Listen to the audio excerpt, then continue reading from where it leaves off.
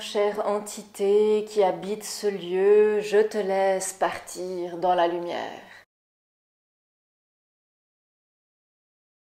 N'aie pas peur, cher esprit, je suis là, moi, grande médium, pour te faire passer de l'autre côté. Moi, passeuse d'âme, je viens t'aider à retrouver ton chemin. Yo, Marcel, c'est qui celle-là?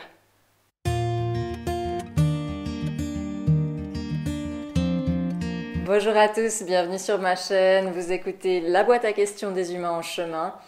Et aujourd'hui, je réponds à une question qu'on m'a posée il y a quelques années en cours. Et c'était, mais Elodie, les personnes qui font passer les âmes, ou même des gens dont ce n'est pas le métier, mais qui font passer des âmes, est-ce qu'elles ont réellement le droit de le faire? Est-ce que finalement ces âmes, on ne doit pas juste leur foutre la paix et elles sont bien là où elles sont, où elles l'ont décidé, ou voilà pourquoi on veut faire absolument passer les âmes? Qu'est-ce que le monde spirituel dit à ce propos?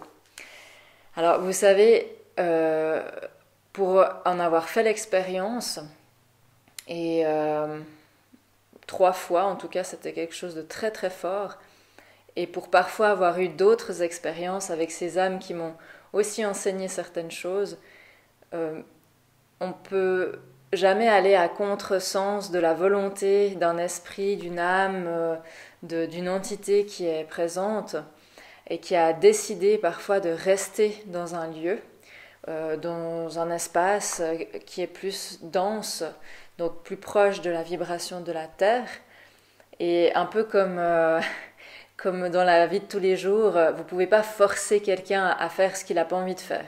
Donc c'est sûr que s'il y a une âme qui a une certaine mission peut-être dans cet entre-deux, qui a décidé de rester, parce qu'il y a des choses qu'elle avait envie de faire, envie de comprendre, ou alors parce qu'elle n'a pas juste pas envie en fait de faire le pas, parce qu'elle a peur, parce qu'il y a encore des émotions, comme des sortes de lourdeurs émotionnelles qui n'ont pas été travaillées, qui n'ont pas été dissoutes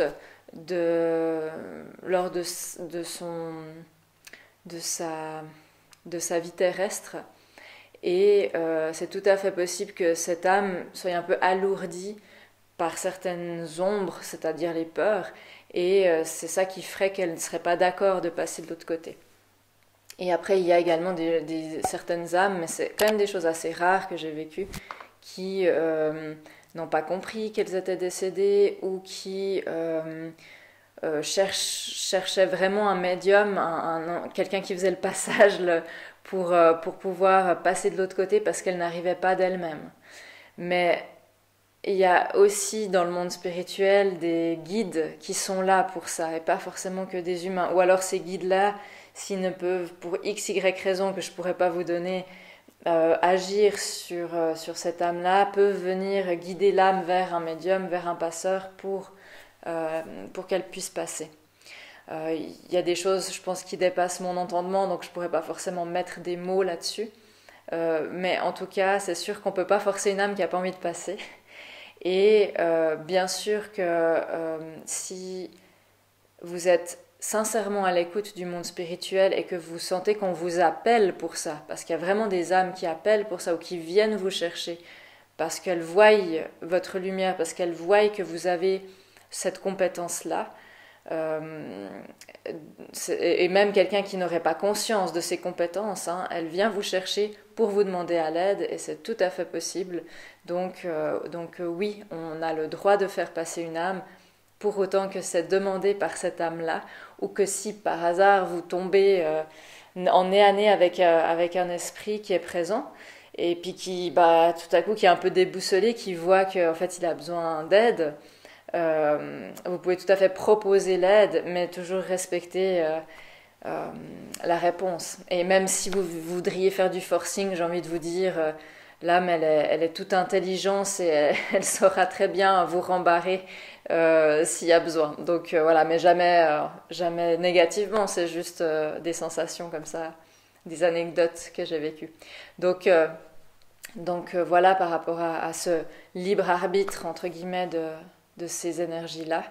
Est-ce que vous avez déjà eu cette expérience-là, qu'on soit venu vous chercher pour faire un passage où vous avez senti qu'il fallait le faire et que ça a amené quelque chose de complètement différent dans un lieu de vie, dans une pièce, chez une personne, hein, parfois aussi. Voilà, je me réjouis de vous lire et je vous souhaite une belle journée. À bientôt.